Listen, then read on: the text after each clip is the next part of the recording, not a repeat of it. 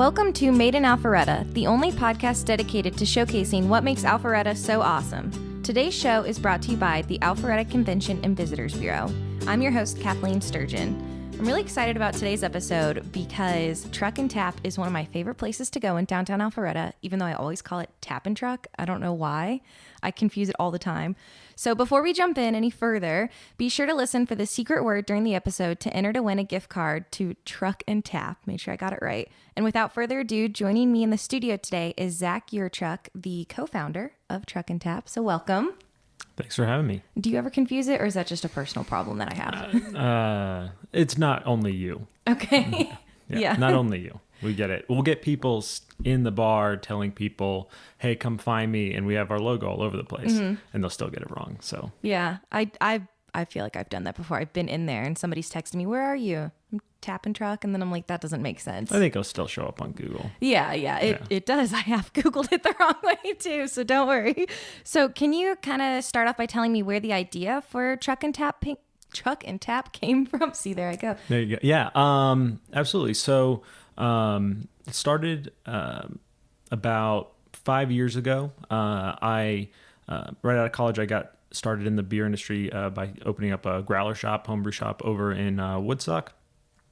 It was going pretty well, but I eventually got approached by some guys who would become my partners, and they said, hey, you're the beer guy in Woodstock.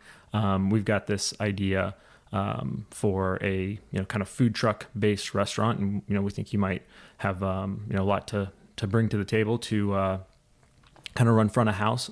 And those partners couldn't be with me here today, but one of them is the CEO of a company called Prep. It's the largest commercial share kitchen in the Southeast. They are base of operations for caterers, food trucks, and all kind of different food entrepreneurs. So they kind of brought the food truck side, and I brought the beer side, and it was been a great partnership ever since. We opened up our first location in Woodstock about 3 years ago, and here in downtown Alpharetta about a year ago. And you said a shared food kitchen? Yeah. Or So food trucks, and this is especially in Georgia. I'm not sure about everywhere nationwide, but in Georgia, food trucks have to have a base of operations. You can't just make food out of your home. You've got to have a base of operations that gets inspected by the health department, and then your truck also gets inspected in every county it's in, permitted in. So Prep serves as that communal kitchen. So they've got facilities that you can either share a bunch of high-end culinary equipment. You can have your own little space that they can build out for whatever you might need. If you're pizza guy in Italian, we have an Italian pizza truck, and they have this dough machine that's straight out of Italy and complicated and big and stuff like that. So they can work out those different. It's almost like a co-working space, but for food people. Oh, okay, that's cool. Yeah. And so you said you have the location in Woodstock, and then you have the one in Alpharetta. And do you have a third? We just opened Duluth about 3 months ago. Okay, cool. And so was the Alpharetta location spurred from the success of Woodstock? Yeah, we were. This is a new concept. We weren't really sure how if we would even be successful with it.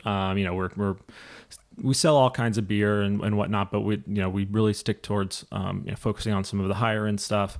You've got to walk out to a food truck to get your food. The beer menu changes every day. The food menu changes every day. We thought it was something we would be into, but we weren't sure how the market would respond. In Woodstock, they responded great. So we're like, okay, well, we might be onto something here. What are some other areas that we love, that we love to visit, that we think has a great, food and business community. And Alpharetta was like first on our list. Oh, okay. That's cool. Yeah. So are you from Woodstock or? Yeah, I grew up in Woodstock. Oh, okay. So it was just kind of like natural for you to want to open the first place in Woodstock. Yeah, I got started there. We were, one of my partners is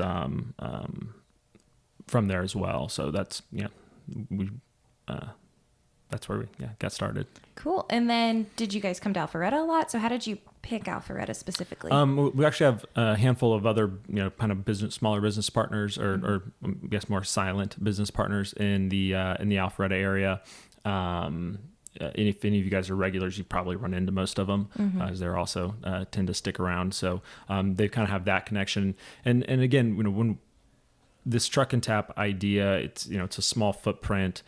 We could put it in like I always say, we could put them in every like laundromat end cap of a grocery store, strip mall, but that's not what we want to do. We want to be surrounded by other great restaurants, a great bar crawl, great shopping, and a community that is passionate about their town. And when we were looking at other spaces, Alpharetta was on a short list, and it checked off all those boxes, immediately. Yeah. And are you guys excited about City Center opening up? Or? Yeah, I take a really optimistic approach, about, all ships rise with the tide. We want to be a destination. Again, I could, if I didn't want to be surrounded by other great restaurants, I'd, go put this in a strip mall. True. Very true. Yeah. I want to be with great restaurants. There's a great mix coming in. And I've been able to visit most of the new openings, or my partners have. We just had a big company holiday party, and kind of with all of our 3 stores, and we bar crawled around all the spots. Cool. So if anyone is listening that was serving us that night, thank you. No, we're excited. It's a great development.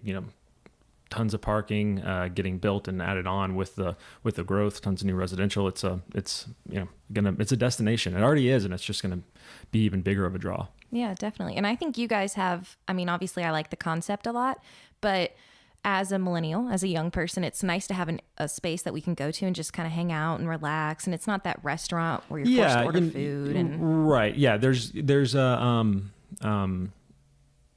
big difference in when you go into a traditional restaurant, you're going to have a host. They're going to say, hey, you go sit in this box. This is where you're going to be. This is going to be the one person that's going to help you. And, if you get up, like it throws them for a loop, but we're really set up for big groups, intermingling, getting to know who you're with, grab a to-go beer, go walk around, go do some shopping, come on back. Like, we'll leave your tab open. You're hungry, go get some food. It's a free flow vibe we try to build there, that I think is refreshing and different in a lot of the towns we're in. Yeah, definitely. And I've celebrated birthdays with my friends there. My parents love it. Like, it's thank you. It's such a good idea because I'm a vegetarian. And so when I go to a restaurant, it's like, okay, do I want a salad or do I want a salad? And so with that concept, I can go wherever I want and my friends can go where they want. And then we can all meet back there and still hang out. Yeah, it's a great, it's, obviously, love having people for dinner, but it can become a space where you can meet before dinner, after dinner, during dinner, all the above. Just a laid back spot to kind of pop in and out of. It's what we wanted to build, is kind of bars we like to go to. Yeah. And you said the menu, the food truck menu and the beer menu changes daily? Yeah, absolutely. So we work with about, at any given time, 20 to 40 different food trucks in a month. Those will, come into the different locations. And beers, we have 20 draft lines that rotate constantly. Typically it's one keg. When it's done, we're on to the next one. And we do about 600 unique beers a year. Oh, wow.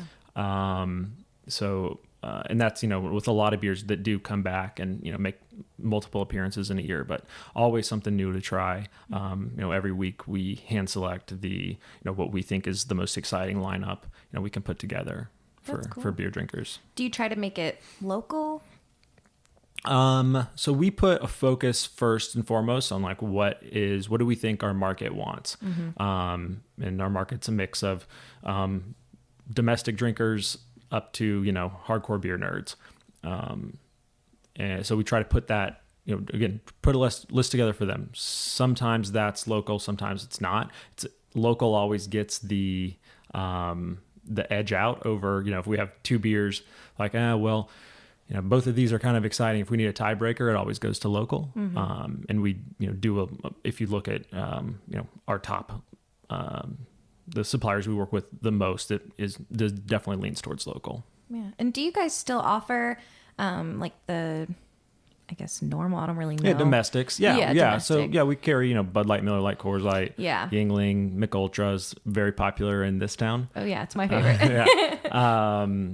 We carry all those in the cans, and we also have a selection of anywhere between 60 to 100, depending on the time of the year, of bottled beers as well, that can range from, again, domestics to $40 bottles of one-off stuff. I think that's also what makes you successful, at least in my household, because my parents appreciate that. My mom is very straightforward with, she only will drink maybe one or two different kinds. It's normally Mick Ultra, and my dad will try anything. Right. And so I just have to give them a shout out that they appreciate that you offer both of the varieties. Yeah, absolutely. So our mission at Truck and Tap is to introduce people to their next favorite beer.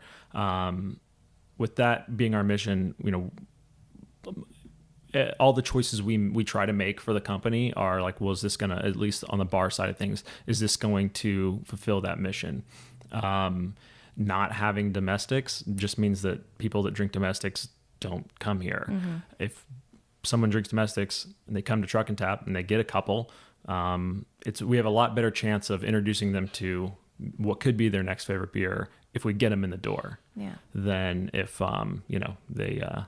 we turn them away because we're snobs. So. Yeah, I think it's very beneficial to have an open mind, because there's nothing worse when you go in and you want one thing and then they make fun of you for it. Yeah, that's just not our vibe. I mean, we do our best to hire people who are passionate about beer, but it's a no jerk zone. It's if you're certified Cicerone and a great server, but you're a jerk about your people's tastes, you're not a great fit for our culture. Yeah. So that's what we hire for. And so what about the food truck side of things? So how do you find the trucks? How do you get in touch with them and keep the list growing? Because it's very long. Yeah. It's a very challenging part of the business. Ask any breweries about trying to keep a steady rotation of food trucks. It helps that we do have that partnership, very close partnership with Prep, because they have their larger commercial share kitchen in Southeast, and they house, I think, like a third of the trucks in Atlanta or somewhere in that area of the licensed food trucks in the Atlanta market are based out of Prep. So we kind of get of any new trucks coming online, or a lot of new trucks coming online, we kind of get the first tastes of them. We know, we have that kind of instant connection with those guys. And just, going out and meeting people, just, the first part of, especially like getting Woodstock going, it was a lot of just like going to food truck festivals, shaking hands, saying, hey, is this something that interests you, and coming out. And it's you gotta find the right trucks. There's some trucks that are incredibly successful in different venues, like maybe festivals or whatnot, but they aren't necessarily a great, what we call like a restaurant truck. They're not, going to cater to the markets that we have here. And then there's some that struggle at festivals, but they're great for Truck and Tap. So it's a balance, and we've over the last 3 years, it's just been a lot of relationship building and figuring that out. Yeah. And speaking of that specifically, I actually talked to one of the owners or founders of Meatballers yesterday for, I guess I'm going to give a shout out to Lunch Break, our other podcast. If you want to learn more about Meatballers, check that out. But she said that they are now setting up a cafe. Correct. Yeah. So that's Kara. So Kara's been one of our food trucks we worked with, or Kara with Meatballers has been a food truck we've worked with for years now, and we love her product. And in our Alpharetta location, it's kind of different than some of our others. We actually have a kitchen. So instead of doing lunch trucks on right now, Monday through, I guess Sunday through Thursday is one way of looking at it. Instead of doing lunch trucks on that day, Kara comes in and does a Italian brunch menu, and then also has some late night options for after the food truck leaves. So we've got a delicious lineup. I'm sure there's more about it on the other podcast, but my favorite thing is I don't want to say it wrong, but the Tivoli, but it's her boule bread bowl with eggs, cheese, meatballs, or you can get pancetta or Italian sausage all in it together, and you just eat it like a sandwich, and it's amazing. So she's also really cool. She's very fun to talk to. She's a ton of fun. That was, we've got a lot of great relationships, but Kara is definitely one that we hit it off with, really well. Yeah. And are you planning in the future to, I guess, have other places come in and set up a cafe like that, or for right now, you're just like Meatballers is it? We're going to stick with them. Meatballers is it. Yeah. So as long as Kara will have us, we'll have her. So that's cool. I think that's a good idea to have kind of somebody there more steady. Yeah. Steady. Yeah. Especially, one of the things we're really excited about is trying to build a brunch program, especially with the brunch bill passing here recently. It's something that it's hard when we have a different menu every Sunday. It's hard to kind of build that brunch crowd. So we're looking forward to giving that a shot. Yeah. And what is your favorite food truck, if you have one? If you're allowed to say it. I know you probably can't pick favorites. I mean, that's tough. That's tough. I eat off most of the trucks. I probably have a favorite item from every truck. That's probably would be easier to point out. Yeah. So. Yeah. I thought about that question and I was like, I don't know if he can actually say, I mean, it's we have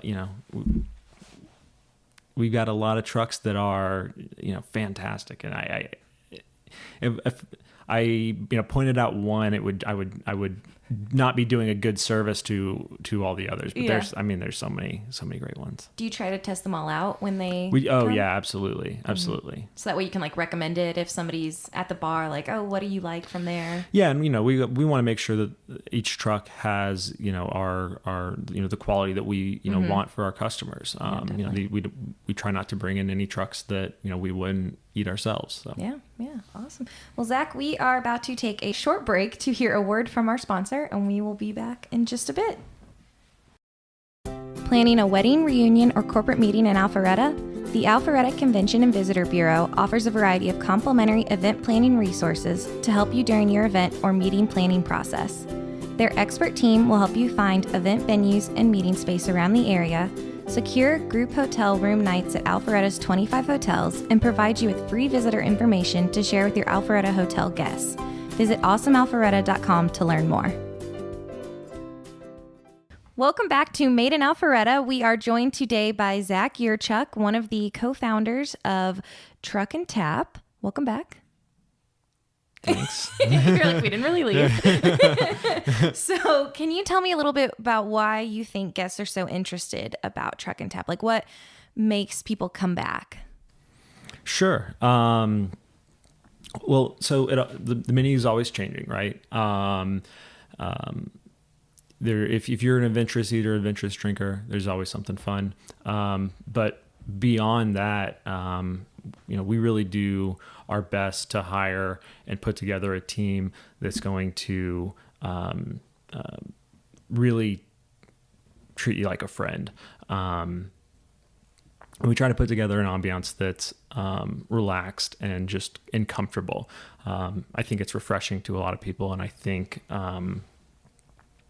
building that regular clientele is I think we do a pretty good job of it. It's something we put a lot of focus on. Yeah. And what feedback do you hear from the guests and the customers?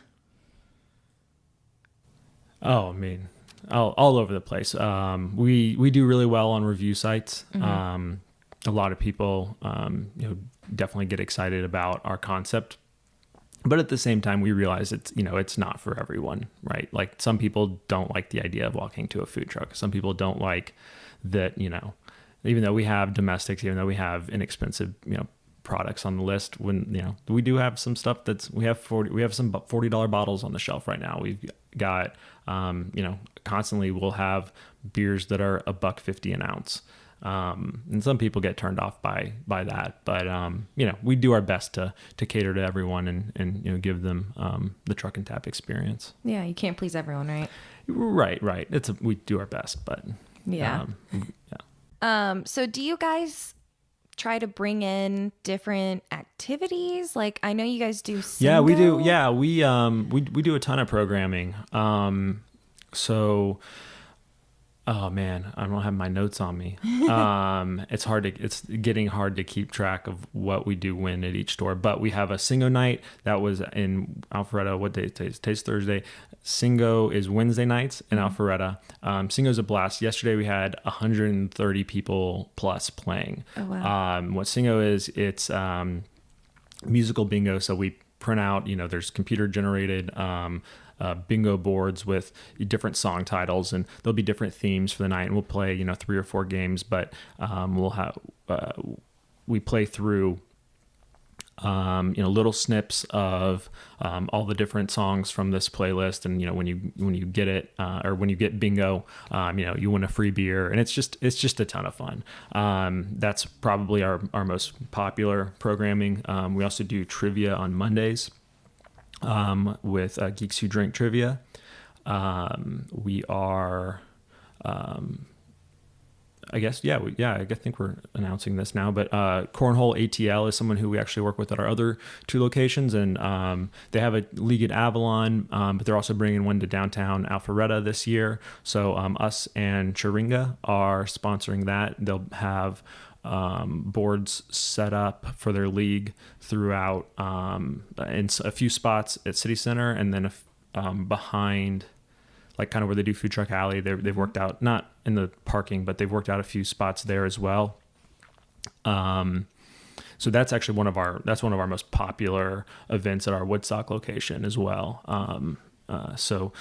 What else do we do? Live music on Sundays. And then through the Food Truck Alley season last year, the band played when weather permitting on our rooftop deck over Food Truck Alley. That was a ton of fun. That wasn't really our programming, but we were happy to act as the stage. Yeah. And so why do you think it's so important to be an integral part of the community like that? This is probably not the typical answer, but it's just fun. It's fun to be a part of the community. It's fun to interact with people. It's fun to be a fun place to hang out. There's obviously, tangential benefits of, it's the right thing to do, but it's also pretty self-serving. We enjoy doing it. And we come to communities where there is community. We look for that in a city. We don't want to go to, cities that aren't happy to have us and happy to, and don't take pride in their cities. So, yeah, that's what I was thinking. Like, you obviously pick places that you enjoy going to and that you have a good time at. So it makes sense that you'd want to do it there. Yeah. So what is next for you? You guys just opened the 3rd location, Duluth. Is that kind of your main focus right now? Yeah, we're getting settled in there. We've still only been open here for a year. So, lots of, we're happy with our first year in business, very happy. This community is awesome. We're just trying to keep it rolling right now. We've got some other stuff we're working on, but really right now, just, focusing on what we got. So it's a lot. Been a year. I know. You said that wow. Yeah, it was a long year. Yeah, it has been a long year. Yeah. Well, that's all of my questions. Anything else to add? Anything you want to mention? So because our menu does change constantly, we really do our best to stay on top of digital ways of finding out about us. So truckandtap.com has is up to date as possible. Food truck lineup, beer lineups, our Facebook, Instagram, Twitter. If you'd like to receive text messages, you can come in and get a code to receive weekly text messages. Oh, cool. However you like to consume email, however you like to get notified of what we've got going on, we try to make that easy because we know it is you want to make plans on what you're going to eat for the day, and we do our best to help that out. Awesome. Well, before we leave, the secret word to enter online is truck, Truck. Thank you so much, Zach, for joining me today. My pleasure. Thank you guys for having me.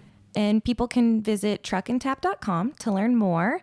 And thank you again to the Alpharetta Convention and Visitors Bureau. Don't forget to check them out at awesomealpharetta.com. Be sure to find Made in Alpharetta anywhere you listen to podcasts, including on iTunes. Follow Made in Alpharetta on Twitter at AlpharettaMade. And you can keep up with me on Facebook by searching Kathleen Sturgeon or on Twitter at KS Sturgeon. Thanks again. Thank you guys.